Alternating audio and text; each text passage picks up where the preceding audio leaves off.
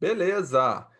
Fechamos então no vídeo anterior falando sobre design thinking e agora a gente passa para falar de prototipagem e teste dentro desse vídeo aqui. Muito importante mais uma vez, se você está assistindo esse vídeo, você faz parte, logicamente, da oficina de inovação social, empreendedorismo social e você já deve ter feito as etapas anteriores. Se você não fez as etapas anteriores, volte, porque senão esse vídeo vai ser um vídeo, digamos que um vídeo de curtição. Você vai aprender um pouco aqui do que eu vou falar e tal, mas o trabalho não vai avançar. Como a gente está trabalhando uma metodologia de aprendizagem baseada em projetos, você não vai aprender plenamente o que nós propomos como objetivo de aprendizagem sem desenvolver o seu projeto. Então, pausa o vídeo, volta, desenvolve e assiste o vídeo. Ah, não, eu já fiz tudo, então beleza, vamos começar e falar sobre o que é prototipagem, que na verdade muitos de vocês já ouviram essa expressão, já devem conhecer um pouco, então a gente vai direto ao ponto. O que é prototipagem, né, pessoal? O momento, então, que vocês vão tirar essa ideia do papel e dar-lhes vida. Que ideia? A solução que vocês criaram, né, para o problema social. Então, vocês geraram várias soluções, vocês definiram qual que vai ser prototipada por diversos critérios, em especial, talvez, usando os 6 chapéus do pensamento, que foi um critério de escolha de convergência que a gente trabalhou lá atrás, e aí você fala, bom, agora vamos lá, vamos prototipar, vamos trazer isso para a realidade, né? Porque não adianta ficar com a ideia na mente, existe uma diferença grande entre o mundo ideal, o mundo das ideias, e o mundo real, o mundo concreto. Então a gente agora está na hora de puxar do mundo ideal para o real, que é esse segundo item aqui. A construção de modelos nos ajuda na visualização e na iteração do funcionamento da ideia. Vamos verificar o que dá certo e o que não dá certo, para a partir daí, então, a gente explorar, desenvolver e melhorar aquilo que a gente criou, a solução que vocês, na verdade, criaram. A prototipagem, lembrando, é um momento de divergência, né? Por quê? Porque quando você prototipa, você vai tendo mais ideias. Você fala, não, peraí, eu só tinha pensado aqui, mas acho que eu vou colocar mais esse elemento aqui. Nossa, eu só tinha pensado que essa solução ofereceria isso, mas eu acho que agora, ó, dá para aqui nesse protótipo colocar isso. Então é um momento em que você vai crescendo e expandindo a sua solução. Se vocês lembram da aula do processo criativo, que é a primeira dessa etapa de inovação social, e se vocês não lembram, voltam lá para assistir, porque eu acho que vale muito a pena.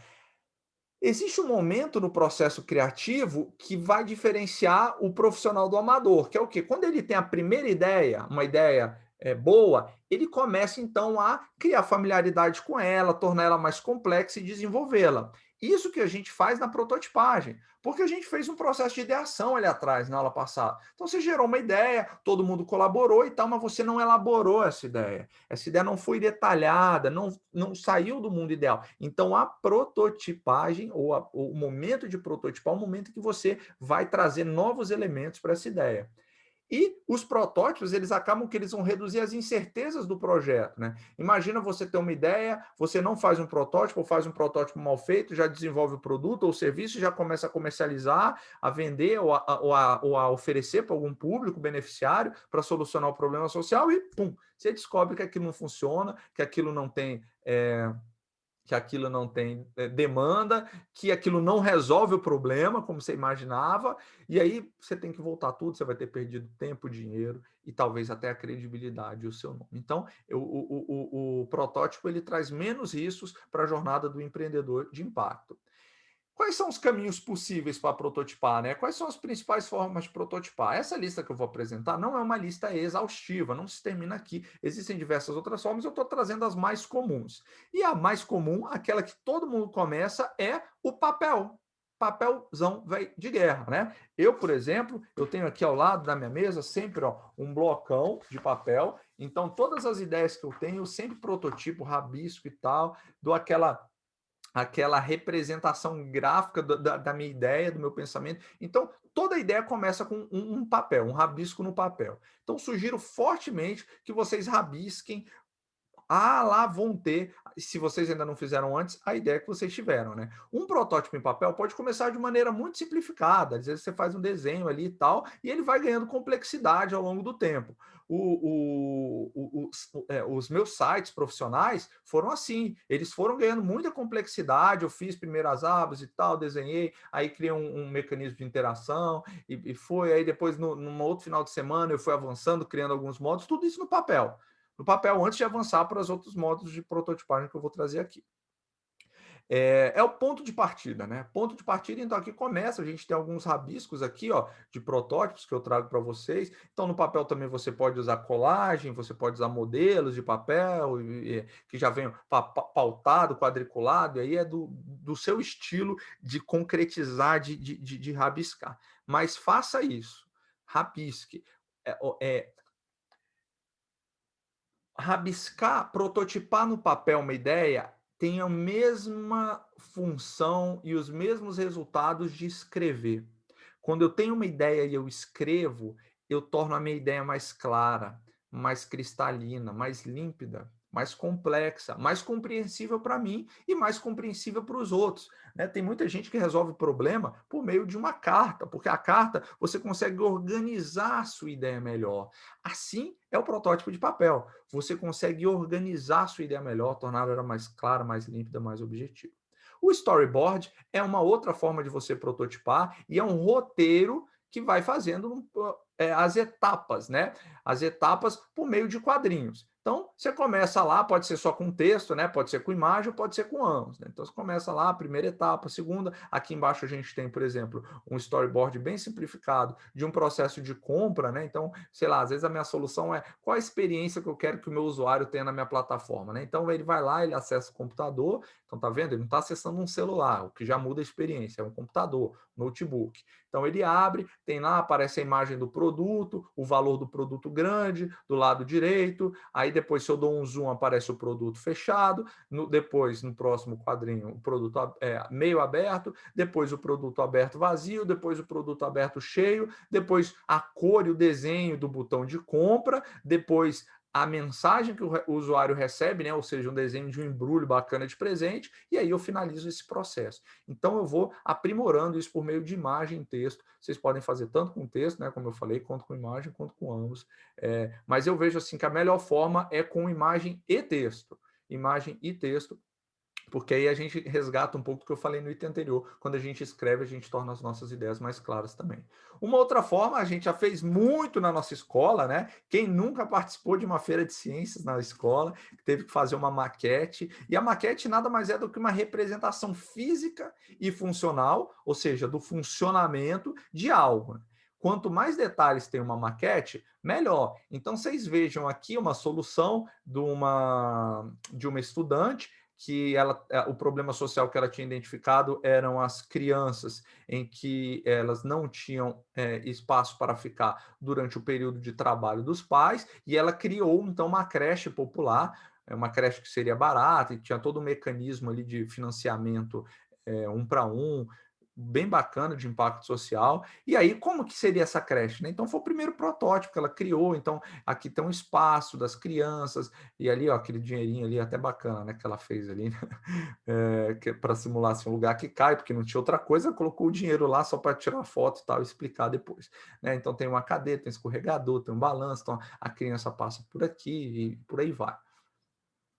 Tem também o famoso mockup ou piloto, né? É um modelo em escala ou num tamanho real, pode ser uma escala ou tamanho real, de um produto que você vai oferecer, de um dispositivo que você usa para quê? Para demonstrar, para avaliar o design, para promover e para outros fins. Deve fornecer pelo menos parte da funcionalidade da solução. Né? O ideal pode ser que forneça tudo, mas deve oferecer pelo menos parte. Então, aqui a gente tem, por exemplo, sacolas de papel reciclado, de um trabalho que seria feito de um cookie, a venda de um cookie cooperativo, em que os vendedores seriam pessoas em situação de rua que ganhariam uma comissão, que venderiam nos bares, então elas levariam essa sacolinha. O problema social seria a empregabilidade das pessoas, a falta de recursos financeiros das pessoas em situação de rua. Então, a estudante que participou disso, a empreendedora de impacto, ela fez essa sacolinha aí bacana. A gente tenta, mas eu não tenho tal como fazer. Então, aqui, ó, eu vou fazer um piloto do aplicativo, né? Então, ou do computador, né? Veja, aqui é uma espécie de um tablet popular para crianças, né? O problema identificado foi a falta de acesso à internet, então a ideia era popularizar um tablet por meio da compra de produtos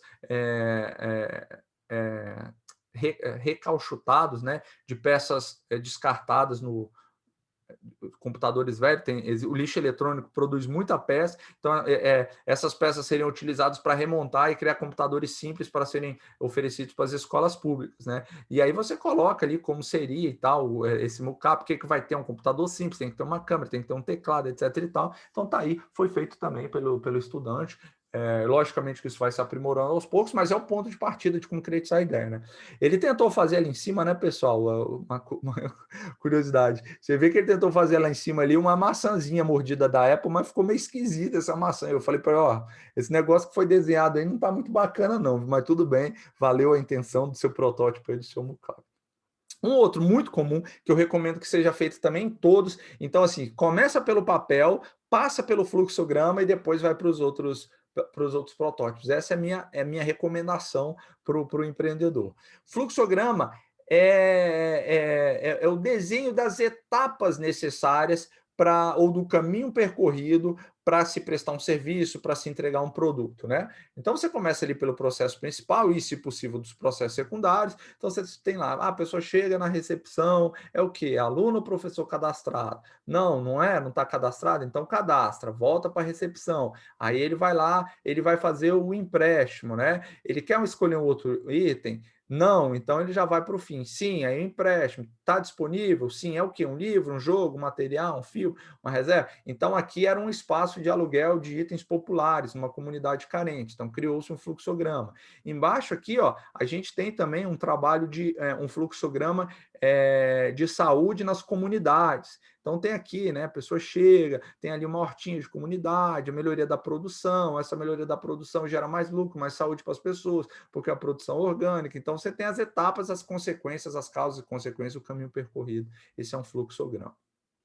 Você também pode criar uma landing page, uma página inicial via computador, um site, né, de uma forma simples que você vai demonstrar a ideia. Não, então funciona assim, a pessoa chega, aquela tem tal funcionalidade, aquela acessa isso, aquela paga, aquela recebe informação, aquela se cadastra e você apresenta a sua solução por meio de um site. Eu não sei fazer site, eu não sei programar. Aliás, você não precisa saber fazer site. Nessa aula eu vou dar várias dicas aqui que vocês podem fazer tudo isso aqui de uma forma digital muito fácil. Mas se eu não sei, eu não quero, eu sou totalmente analógico. Então tá aí, ó. Teve um estudante que era totalmente analógico, mas ele criou o site, né? Então, cada paginazinha que você clicava, ele puxava um papel e você sabia o que tinha ali na página, né? Quais eram as funcionalidades e tal. É uma forma de concretizar. É lógico que se você vai mostrar um protótipo para um investidor, se você leva um negócio desse de papel, é muito provável que você não tenha um investimento, concorda? Se você faz um site melhor, ok. Agora, num primeiro momento, num primeiro passo, para parir a ideia, né, para trazer a ideia ao mundo, pode fazer esse de papel aqui também. Uma outra forma de prototipar é a demo, né? Demo de demonstração, tá, pessoal? Não é demo de outras coisas, é demo de demonstração, que é a menor versão de um sistema, de um aplicativo ou software que tem um funcionamento de forma limitada. Então, você tem alguns sites também que vão criar aplicativos e software de uma forma muito limitada, e eu vou apresentar para vocês também. Por fim, para finalizar, né, eu trouxe 8 possibilidades de prototipar aqui na nossa oficina. Você faz uma encenação, né? Como a gente está numa aula virtual, se você for encenar, grave para mostrar a encenação, né? Porque como você faz uma encenação em casa e depois contar como foi. Nas aulas presenciais, a pessoa faz a encenação, a gente grava na hora, ou a gente vê a encenação, avalia a encenação, dá feedback, testa na avaliação. Quando ela faz a encenação na comunidade, também é a mesma coisa. Então tem aqui, aqui é o espaço de doar, a pessoa chega até aqui, ela compra um produto e ao lado ela vai ver uma caixinha para doar. Nessa caixinha ela está vendo uma mensagem que toda a doação vai ser destinada para as crianças de tal lugar. Então, ela vai representar a interação da pessoa, que pode ser desde a interação com uma máquina até um diálogo entre pessoas, até aspectos de um serviço. Essas são 8 formas, pessoal, que elas são usadas muitas vezes em alinhamento e de forma complementar. Existem outros caminhos para prototipar? Sim. Só que eu trouxe aqui 8, que eu acho que já é um bom começo para a nossa oficina, e aí vocês podem avançar posteriormente. Quais são as dicas de ferramentas analógicas? Aquelas que a gente aprendeu lá na nossa escola, né? Quando a gente tinha aula de artes plásticas, né? O professor pedia, hoje o nosso pai tem que comprar copo plástico, garrafa PET e embalagem.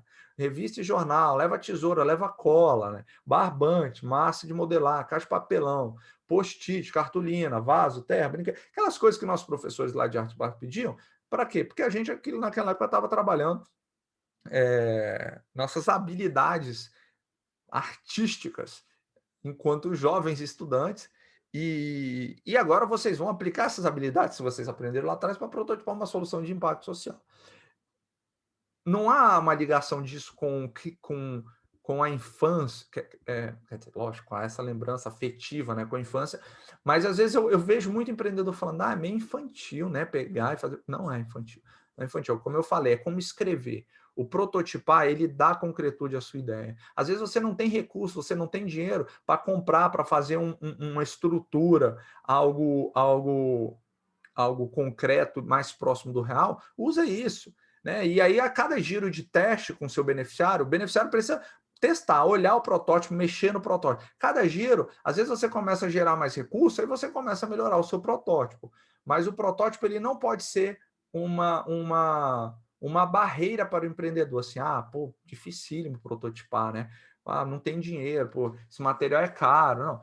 Lógico, tem algumas coisas que você, quando você chegar em algum momento ali de levar um protótipo para o investidor, um protótipo que já foi testado em outras fases, né? V1, V2, V3, V4, V5, V6, protótipo, vamos ver já, né? Prototipa, testa, melhora o protótipo, V2, cria um novo protótipo. Testa de novo, V3, até que você fala, bom, agora aqui eu já tenho um produto mínimo viável, que isso aqui já pode ir para o mercado, né? Agora eu já posso jogar de verdade com isso aqui. E aí você já joga para o mercado. Só que quando você joga no mercado, vai evoluindo, né? Porque aí os beneficiários eles começam a usar, eles começam a trazer novos feedbacks, e você vai melhorando. Vai melhorando.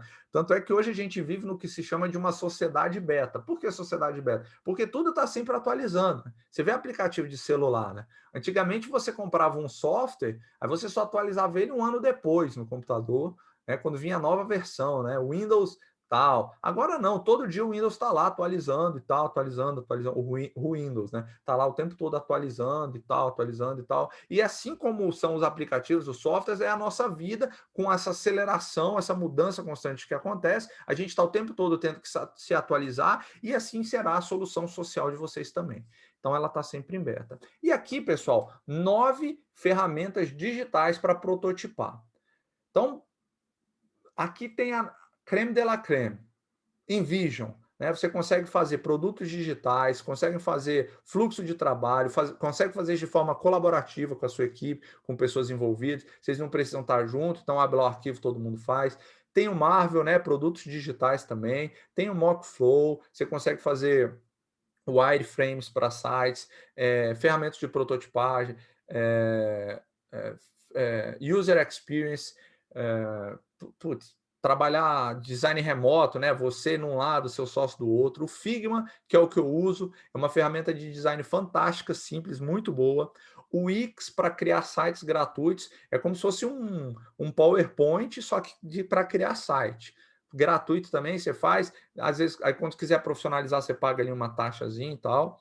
Vocês podem depois entrar no meu site, gabrielcardoso.com.br, ou mudevoseumundo.com.br. São 2 sites feitos no Wix, vocês vão ver lá que os sites são bem bacanas e tal, e feitos por mim, né, que não sou um profissional. Namelix, então Namelix é um business name generator, né? Baseado em inteligência artificial. Então você joga uns dados ali, ele vai te gerar um monte de nomes para sua solução, né? Então aqui você já começa a trabalhar qual vai ser o nome da minha solução quando eu lançar ela no mercado, né? O Canva, e aí o Canva, gente, você faz infográfico, você faz fluxograma, você faz site, você faz um monte de coisa. O Canva é muito famoso, né? O MIT App Inventor, que é você consegue criar aplicativo, gente, nessa página do MIT, aplicativo simples para fazer demos, né? E o Codular, acho que é Codular que fala também, você consegue criar aplicativos, software e soluções simplificadas. Então, tá aqui, a depender da solução, né? Se você tem uma solução mais analógica, mais digital ou híbrida, você já tem as ferramentas que pode usar em ambos os casos. Fechou? Fechou. Vamos então para o teste? Porque não adianta você fazer um protótipo e não testar. Já que a gente está usando a mentalidade do design, ou seja, centrada na pessoa, no usuário, a gente tem que levar o nosso protótipo até aquela pessoa que a gente fez o mapa de empatia, que a gente fez a pesquisa, ou algumas dessas pessoas, e testar, colocar a pessoa para testar e observar o teste, né? Prototipar e testar. Na verdade, você deve prototipar achando que está certo. Mas quando você vai para o teste, você sempre deve achar que está errado. Porque no protótipo, você está refinando a sua ideia, criando um momento de divergência, trazendo complexidade a ela. No teste, o que você quer descobrir? O que não funciona para você corrigir. Então, você tem que ir nessa postura, assim, olha, eu vou prototipar, imaginando que essa é a melhor solução. Mas quando você vai testar na pessoa, você vai falar, vamos ver o que está tudo errado, eu acho que isso aqui está tudo errado, quero observar o que a pessoa vai falar, o que ela vai criticar, e por aí vai. Na verdade, você erra rápido e corrige a rota rápida. Falhar com frequência para evoluir mais cedo. Quanto mais cedo você falha, mais rápido a rota é corrigida. As versões V1, V2, V3 do seu protótipo vão ficando cada vez mais precisas e cada vez mais relevantes para quem tem o problema social que você está buscando enfrentar. Teve a minha última turma, né, que eu lembro que na verdade não foi uma turma, foi o nosso laboratório de inovação que a gente fez, inovação social que a gente fez no semestre retrasado, semestre passado, e aí teve uma das soluções que era uma solução que trabalhava era uma espécie de uma plataforma para pessoas da terceira idade. Né? Qual era o problema que foi identificado pelo time? Que as pessoas da terceira idade elas tinham uma série de restrições sociais, né? E que essas restrições sociais, né, lembrando ali do ecossistema de causa e problema, geravam uma série de problemas emocionais e físicos. Então, as restrições sociais no público idoso eram causas para muitos problemas. Então, como eles poderiam aliviar essas restrições sociais? E aí eles criaram uma plataforma simples, muito intuitiva para pessoas da terceira idade e testaram. Eu participei do primeiro teste, né? Do primeiro teste. Então, foi um teste que eles levaram, eles conseguiram 5 pessoas, pessoas que, inclusive, fizeram parte do mapa de empatia, fizeram entrevista com eles, né? Eles entrevistaram, coletaram dados dessas pessoas para entender melhor o problema. Pessoas falaram do problema e, de repente, chegaram e falaram: olha aqui uma solução para o problema.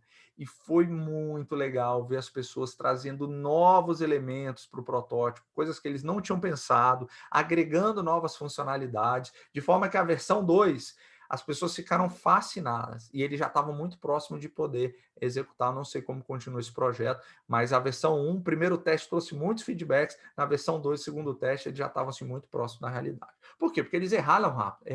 Né? Durante o teste, as pessoas trouxeram muitos insights para melhoria. Só que para testar, você vai ter algumas regras, né? Primeiro, você tem que ter empatia com o beneficiário, como eu falei. Lá atrás, você já fez um mapa de empatia, você sabe o que ele pensa, o que ele vê, o que ele fala, o que ele ouve, quais são os medos e sonhos dessa pessoa. Então, você tem que ter essa empatia com ele para que ele, inclusive, fique à vontade, para que você saiba a melhor forma de colocar aquilo para testar. Imagina que esse exemplo que eu dei anteriormente, né, da terceira idade, o grupo virasse e falasse assim, não, a gente vai mandar o link para eles, eles vão testar e mandar um feedback depois aí para a gente por e-mail. Gente, normalmente as pessoas da terceira idade, elas não têm tanta habilidade, normalmente, tá? Para uso de computador, de site, de tecnologias, assim como as pessoas mais jovens. Né? Eu já ia falar como eu, mas eu não estou tão jovem assim, não. Assim como as pessoas mais jovens.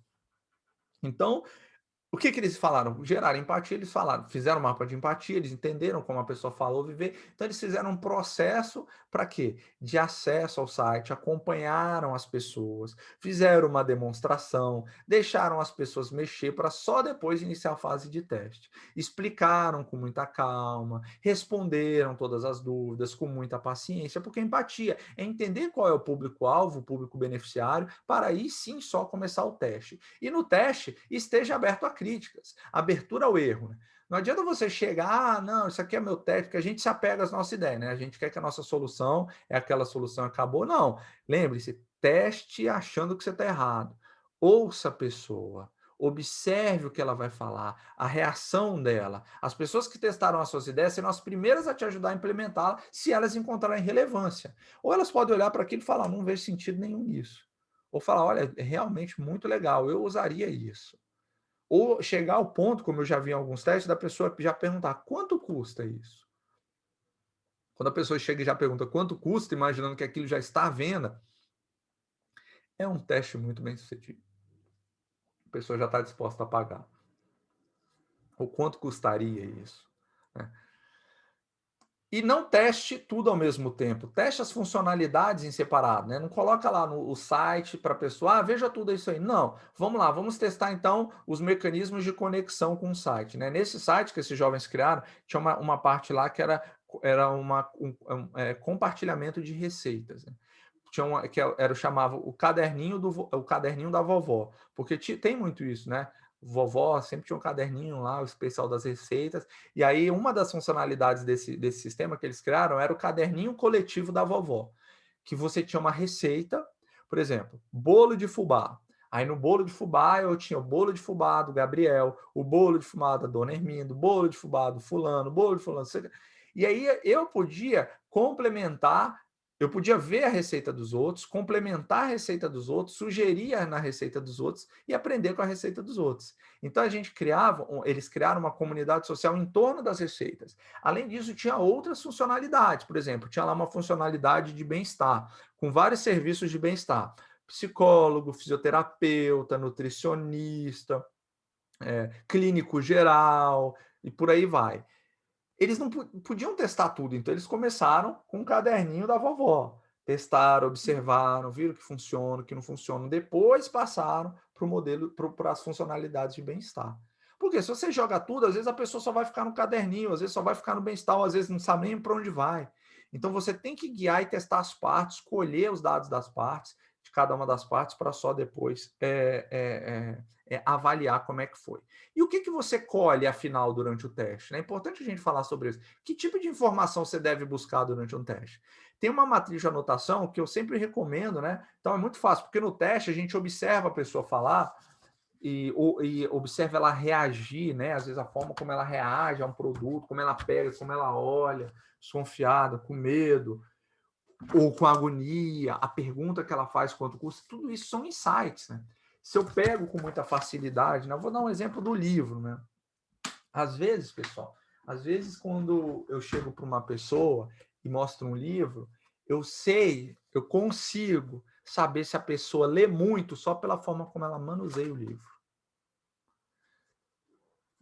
Por observar como alguém manuseia o livro, eu já consigo identificar essa pessoa. Ela é um leitor frequente, é um leitor eventual ou é uma pessoa que não tem um hábito de leitura? Eu consigo posicionar nessas três categorias. Não vou explicar como agora, porque esse não é o objetivo da aula, mas eu consigo. Isso significa observação, coleta de dados por meio da observação. Então, não é só o que a pessoa fala, mas como ela reage. Então, você pode desenhar essa matriz, 4, né? E aí, você vai lá e escreve. Começa lá a ver a pessoa mexer. Quando ela está falando ou reagindo, que foi bom, você já está anotando.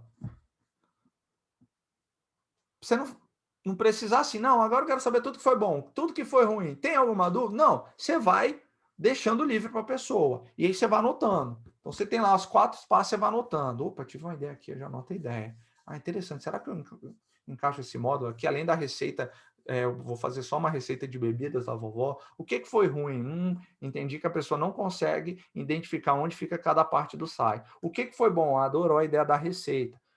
Qual é a minha dúvida? Quanto que a pessoa pagaria por isso? Eu pergunto. Você pagaria por isso? Quando que você pagaria por esse site? Não, não pagaria, usaria só de graça. Você vai anotando. E aí você vai coletando todos esses dados no teste, né? O teste ele serve para isso, né? Para você ter informações. A gente volta mais uma vez para o processo de coleta de informações, de gerar dados para insights. E há outras coisas que você busca no teste. Que novas oportunidades, né? Às vezes a gente tem um famoso pivotar. O que é pivotar? Pivotar é mudar de caminho. Quando é que o empreendedor muda de caminho? Quando ele vê que a solução que ele criou, ela não é a melhor ou a mais lucrativa, mas talvez algo parecido com o que ele criou, uma outra oportunidade, né? Então, sei lá, vamos dizer que eu ofereço para essa pessoa essa caneta aqui. Então, eu queria essa caneta aqui para essa pessoa, né? E essa caneta, ela tem um clips aqui especial, né, para aprender. Um exemplo, né? Um exemplo bobo. E aí eu testo a pessoa, eu vejo que a pessoa está lá mexendo na caneta, mas ela começa a pegar esse clips aqui, ó, e aí começa a usar para outras coisas, para tirar do papel, mexer no papel, começa a falar, pô, eu tô achando que aquele clips que era para, desculpa, aquele clips, deve ter tomado um susto aí com barulho, né? Aquele clips que era para prender a caneta aqui, ele tem outras funcionalidades, né? Eu tô vendo que a pessoa tá usando para isso. Gente, será que não é melhor eu vender só o clips em vez de caneta? Então pivoto, porque eu identifiquei uma nova oportunidade. Isso é muito comum. Você só identifica novas oportunidades ou durante o teste ou já com o produto implementado, né? Então, e aí muitas vezes as oportunidades elas estão vinculadas a outras causas do problema. Então, se você tem aquele ecossistema de causas e efeitos do problema social, vai ficar muito mais fácil você falar, olha só que interessante. A pessoa não está usando essa caneta para aquela causa do problema, ela está usando para outra causa do problema. Então, eu vou pivotar. Novos usos também, né? Olha só, essa caneta não é só para escrever, ele está usando essa caneta também para bater no colega dele de trabalho. Então, ela tem um outro uso, né? Exemplo bobo, mas assim, só para vocês terem ideia de que muitas vezes a gente cria algo para um uso e aquele algo tem o uso modificado. Novos problemas, então por meio do teste você identifica novos problemas sociais que você não identificou na fase anterior. Você também pode trazer isso por teste. E as reações do beneficiário, né? Como ele reage em relação ao seu teste. E aí é isso, né, pessoal? Quando você está aqui na prototipagem teste, então, para fechar esse vídeo, esse é um processo de idas e vindas. Você testou, você teve vários insights, você aprimora o seu protótipo e testa novamente. Aprimora o seu protótipo, testa novamente. Aprimora o seu protótipo, testa novamente. Você jamais avançará enquanto empreendedor de impacto somente com a ideia. Você não vai ser um empreendedor de slide, de PowerPoint, né, que chega com a ideia lá tudo bonitinho, mas sem ter prototipado e testado em pessoas reais, você não avança muito a sua jornada de empreendedor social. Então, a gente finaliza esse módulo de inovação social falando sobre a importância de prototipar e testar aqui na nossa oficina. Sabe por quê, pessoal? Porque agora a gente está indo para a nossa última etapa. Então, a próxima etapa, a gente vai falar de negócios de impacto. O momento, então, que você vai pegar esse problema que foi identificado, vai pegar essa solução que você criou, prototipou e testou, e agora você vai organizar ela dentro de um modelo de negócio de impacto, dentro de uma teoria de mudança, criando uma matriz de avaliação de impacto. Mas isso não é hoje, isso vai ser nas nossas próximas semanas e nos nossos próximos vídeos. Nos vemos na aula ao vivo na quarta-feira, gente. Um abraço, tchau, tchau.